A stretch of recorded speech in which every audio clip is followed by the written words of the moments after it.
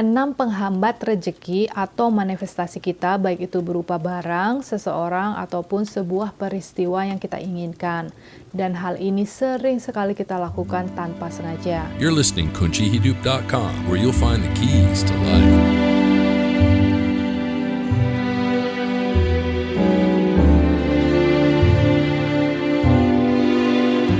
Nah, yang pertama itu adalah kita sering sekali membandingkan diri kita dengan orang lain, walaupun mungkin tujuannya itu adalah segala sesuatu untuk membangun atau bagaimana caranya kita menjadi jauh lebih baik. Sayangnya kegiatan ini justru memberikan banyak hal yang negatif daripada positifnya. Dimulai dari kita meragukan diri sendiri, kemudian kita menjadi merasa nggak pede, merasa nggak layak, mungkin kita merasa iri dengan orang itu, bahkan bisa berujung ke depression. Mark Twain pernah bilang, atau ada quotes dari dia yang berbunyi, comparison is the death of joy, atau artinya dengan membandingkan kita akan membunuh sukacita kita atau kesenangan kita. Nah, jadi intinya begini, kalau misalnya kita membandingkan dengan seseorang, menurut kita itu nggak fair, karena satu hal, siapapun yang kita bandingkan itu, kita tidak tahu informasi dari mereka yang kita bandingkan itu dengan 100%, karena apapun yang mereka bagikan atau perlihatkan itu adalah bagian-bagian dari yang mereka ingin perlihatkan, istilahnya seperti itu ya. Jadi banyak sekali hal-hal lain yang kita sebenarnya tidak tahu atau tidak melihat. Dengan begitu secara otomatis cara kita membandingkan diri dengan orang lain itu sudah nggak fair ya, dan tidak ada manfaatnya buat diri kita sendiri. Yang kedua, kita sering sekali memberikan kritik yang sangat tajam atau pedas terhadap diri kita sendiri. Misalnya, kita sering ngomong, ih aku kok bodoh sekali ya melakukan hal itu, atau mungkin aku ngerasa aku jelek banget, aku item banget, kenapa aku begini, kenapa aku begitu, dan lain sebagainya. Nah, sebaiknya hal ini jangan dilakukan lagi karena nggak ada manfaatnya yang bagus buat kita ya. Selain itu, semua sel-sel yang ada di dalam tubuh kita selalu mendengarkan apa yang kita katakan dan melakukannya sebagai perintah buat mereka. Jadi istilahnya, your word is my command. Apa yang kamu katakan adalah perintah buat aku. Itu artinya apapun yang kita katakan terhadap diri kita sendiri, sepedas apapun yang belum tentu benar, karena itu hanyalah persepsi kita terhadap diri kita sendiri, akan terjadi. Jadi kayak self prophecy atau ramalan kita sendiri ya, akhirnya kejadian. Nah, sebaiknya kalau misalnya tujuannya untuk membangun, itu yang kita lakukan adalah self reflection, atau kita boleh sambil ngaca misalnya, terus kita ngelihat penampilan kita atau refleksinya itu, pantulannya kita seperti apa.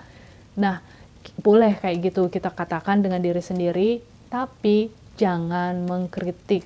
Dikatakan secara datar saja apa yang terjadi, apa yang kita lihat, refleksikan seperti itu ya. Reflectionnya itu seperti apa, ya sudah kita katakan saja sambil kita mengucapkan afirmasi kayak gitu. Jadi misalnya aku ngelihatnya, ubanku udah mulai banyak gitu kan.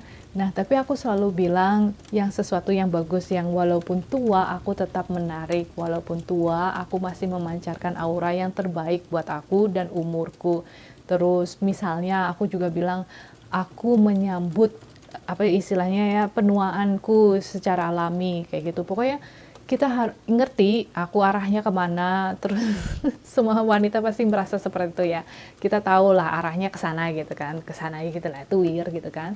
Tapi ya tidak berarti kita harus mengkritik diri kita sendiri dengan aduh peot nih, mulai peot, keriputnya banyak sekali, jangan.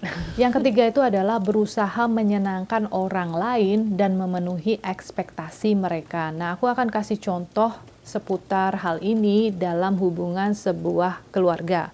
Misalnya orang tuanya menginginkan, ya biasanya kan mereka punya ekspektasi anaknya untuk bahagia dengan cara misalnya ambil sekolah jurusan ini, misalnya orang tuanya seorang dokter, maunya anaknya juga dokter, karena kalau jadi dokter itu udah pasti hidupnya enak misalnya. Padahal si anak pengennya menjadi tukang masak atau segala sesuatu yang berhubungan dengan kuliner. Nah, itu satu. Atau mungkin biasanya kalau orang tua itu seputar pernikahan anaknya, maunya anaknya menikah dengan A, B, C, D. Ada listnya itu panjang sekali biasanya seperti itu. Atau bahkan mungkin nggak usah orang tua, misalnya teman sendiri, temanmu ekspektasinya sama kamu tuh akan memperlakukan dia dengan cara begini, atau kamu harus begini, begitu, dan lain sebagainya. Nah, aku harap teman-teman udah ngerti ya, mulai sekarang ini jangan dilakukan karena kita harus mulai berpikir untuk diri kita sendiri. Ini bukan egois, tapi lebih memprioritaskan apa yang kita inginkan, apa yang sebenarnya ada di dalam hati kita. Kalau bisa dikomunikasikan secara langsung, kalau ke orang tua ya, kalau ke teman sih cuek aja ya, move on gitu kan, it's your life, it's your dream, it's your goal. Karena gini, kalau kita selalu melakukan apa yang mereka inginkan, kita selalu memenuhi kebutuhan mereka, ekspektasi mereka, tapi kita nggak bahagia. Kita udah jadi dokter, tapi kita nggak seneng, nggak puas, nggak ada kepuasan batin. Apa yang terjadi? Yang terjadi itu adalah kita akan memiliki yang namanya resentment, atau kebencian, atau segala sesuatu amarah. Jadi, dikit-dikit gampang kayak gitu ya, kayak gelas itu terlalu dempet letaknya, jadi kegoncang dikit biasanya pecah atau retak.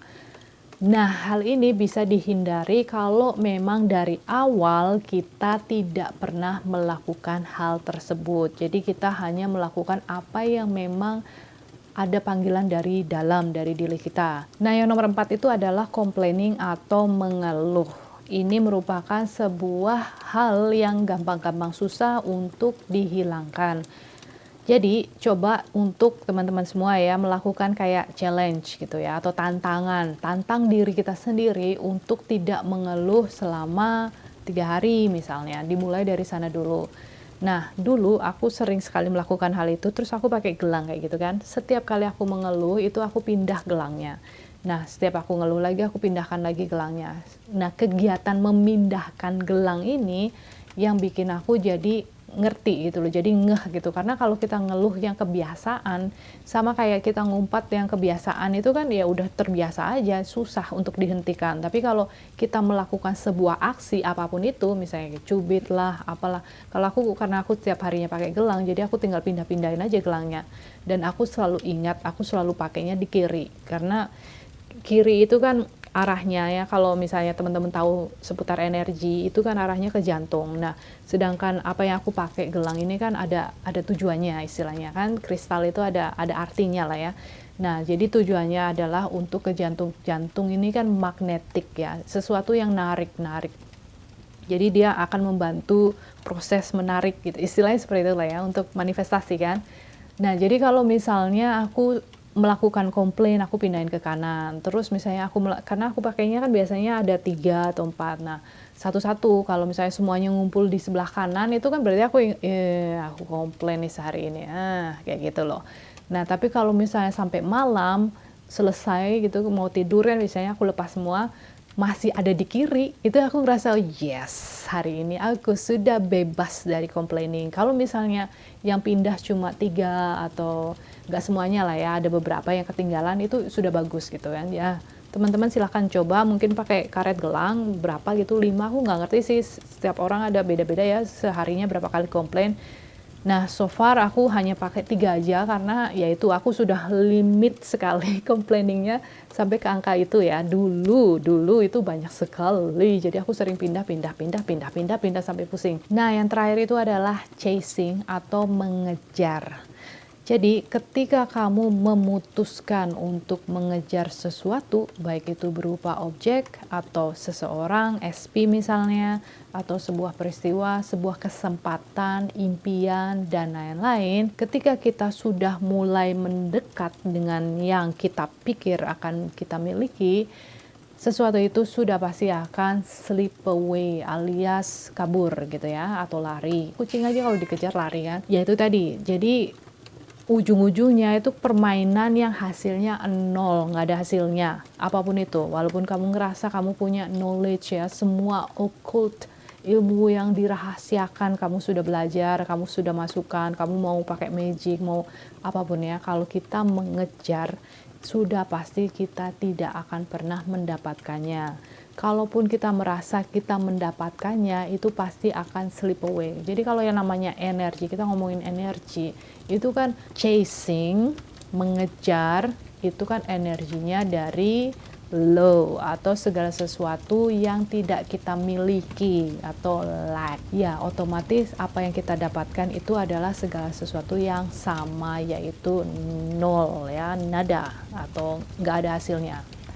Nah, jadi apa yang harus kita lakukan? Attract. Jadi bukan kita kejar tapi kita menarik. Jadi misalnya contohnya chasing cash gitu ya, atau kita ngejar-ngejar sejumlah uang. Aku pengen punya goal, aku punya uang 1 M gitu, kita kejar-kejar gitu ya, pokoknya aku gini gitu, entahlah apapun dilakukan untuk mengejar bisa mendapatkan sejumlah uang itu tadi. Nah, kita ganti dengan cara kita attract. Bagaimana caranya kita attract? Ya, kita meningkatkan value atau nilai diri kita, atau mungkin bahasa yang lebih mudahnya adalah karena value itu kan sudah mulai rancu ya, orang mulai bingung ya, value apa ya, high value itu begini ya, high value itu begitu ya.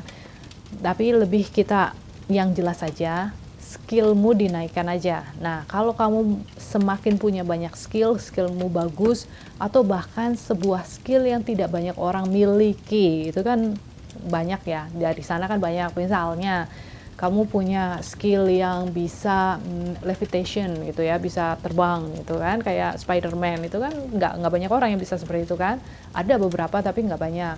Atau misalnya kamu punya skill bisa apa ya, kayak Tesla lah, Nikola Tesla kayak gitu, menciptakan sesuatu ya, energi dari getaran terus bisa bikin gempa, atau dengan alat kecil sekali itu bisa bikin tsunami istilahnya kayak gitu, atau gempa lah, gedung retak-retak. Nah, semakin skill kamu tinggi, semakin jarang yang memiliki, semakin semuanya attract to you, tertarik, narik, kita yang narik ke kamu, datang ke kamu, bukan kita yang ngejar-ngejar ya. Misalnya contoh yang paling gampang, gak usah pakai Nikola Tesla, aku pengen menjadi punya uang 1 M misalnya, karena aku suka main bola basket, ya sudah aku rajin aja latihan. Gimana caranya aku memiliki skill yang bagus seputar perbasketan, entah itu aku cara shootingnya ke ringnya, atau cara aku bawa bola dari satu tempat ke tempat yang lain, atau cara aku ngambil dari bola dari orang lain, dan lain sebagainya seputar hal itu.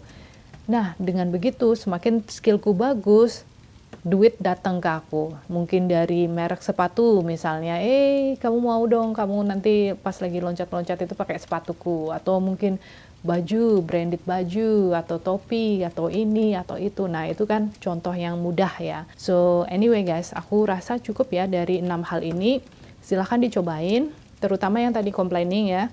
Nah, mungkin ada teman-teman lain yang ingin menambahkan, silahkan bisa komen di kolom komentar di bawah. Dan seperti biasa, thank you, I love you, and bye for now.